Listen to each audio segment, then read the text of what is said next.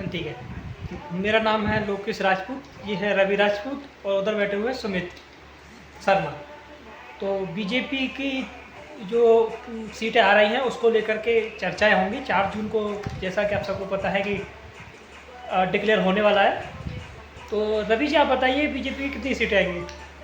देखो मेरे हिसाब से भाई अनुमानन अनुमानन 260 से 280 के बीच में सीट आ सकती है। बीजेपी एनडीए दोनों बीजेपी और एनडीए एनडीए को भी मर्ज कर दें तो बहुमत तो ले ही आएंगे, लगभग 300 से 310 सीटें, ऐसा मैं मान के चल रहा हूँ मेरे अकॉर्डिंग वोट आई से। चलो ठीक है, वो अपना अपना अनुमान है, अनुमान शेयर कर रहे हैं, ऐसा कोई हाँ, सीरियस लेने वाली कोई बात नहीं है, आप लोग भी सीरियस मत लेना।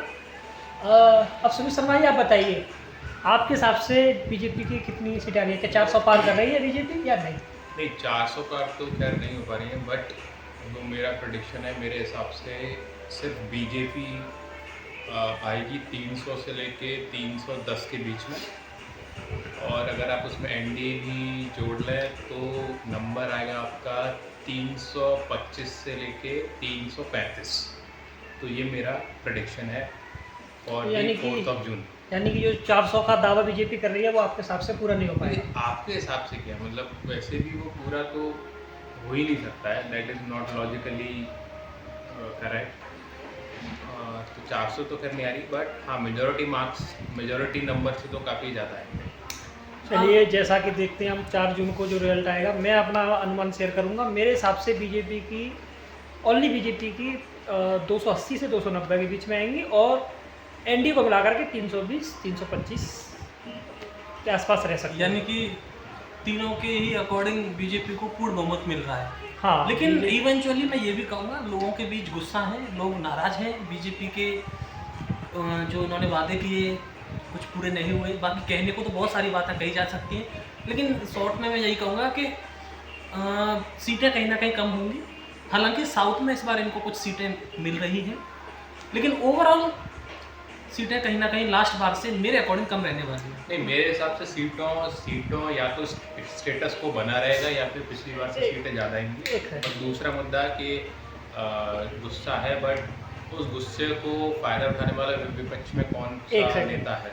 जो आप कह रहे हैं कि का एक सेकंड, ठीक है।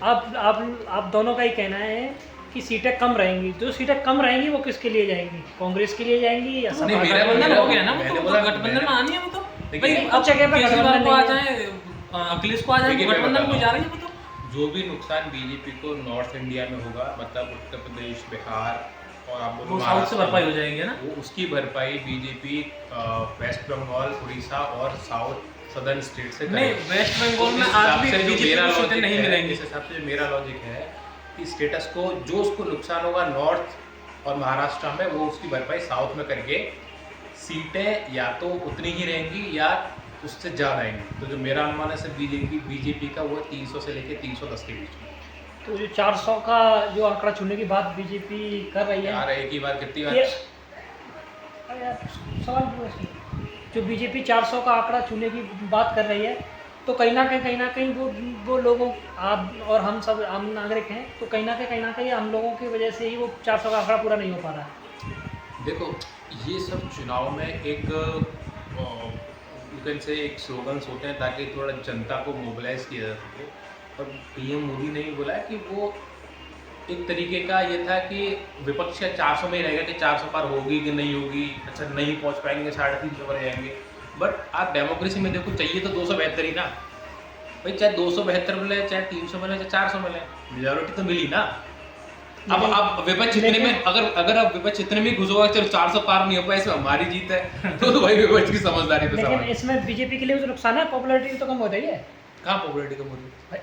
अगर सीटें ज्यादा आएंगी तो पॉपुलैरिटी कम हो रही है? कम नहीं, जो आप 400 की बात कर रहे हैं आपके हिसाब से तो बढ़नी चाहिए। नहीं, ये क्या लॉजिक है? मतलब नहीं, पॉपुलैरिटी मापने का तरीका क्या चलो है? कोई बात नहीं, अब हम 4 जून तक का इंतजार करेंगे और देखेंगे कि हम लोगों में से किसकी जो अनुमान है वो सही होता है। जिसका भी सही होगा उसको कुछ ना कुछ हम इनाम के तौर पर देंगे भी। और आज के लिए बस इतना ही काफ़ी है।